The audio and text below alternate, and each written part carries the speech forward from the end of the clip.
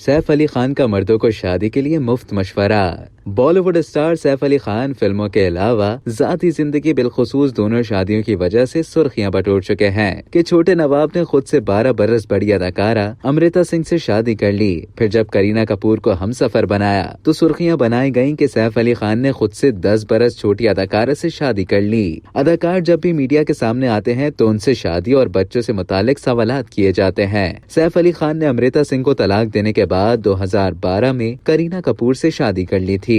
2014 में एक इंटरव्यू के दौरान अदाकार से पूछा गया कि क्या करीना से शादी करना उनकी जिंदगी का अच्छा फैसला था। सैफ अली खान ने जवाब दिया कि ये मेरी जिंदगी का बेहतरीन फैसला है। जब उनसे पूछा गया कि उम्र उनके रिश्ते पर क्या असर डालती है, इस सवाल पर उन्होंने कहा कि मैं सभी मर्दों को मशवरा दूंगा कि वो खुद से बहुत छोटी और ज्यादा खूबसूरत खातून से शादी करें। इसके पीछे की वजह बताते हुए सैफ अली खान ने कहा क्योंकि खवातीन मर्दों के मुकाबले में जल्द मैच्योर होती हैं और मर्द थोड़ी देर से होते हैं। अब तक के लिए इतना ही। मज़ीद इसी तरह की मालूमात हासिल करने के लिए डेली जंग के YouTube चैनल को सब्सक्राइब करें और Facebook के पेज को लाइक करना ना भूलें।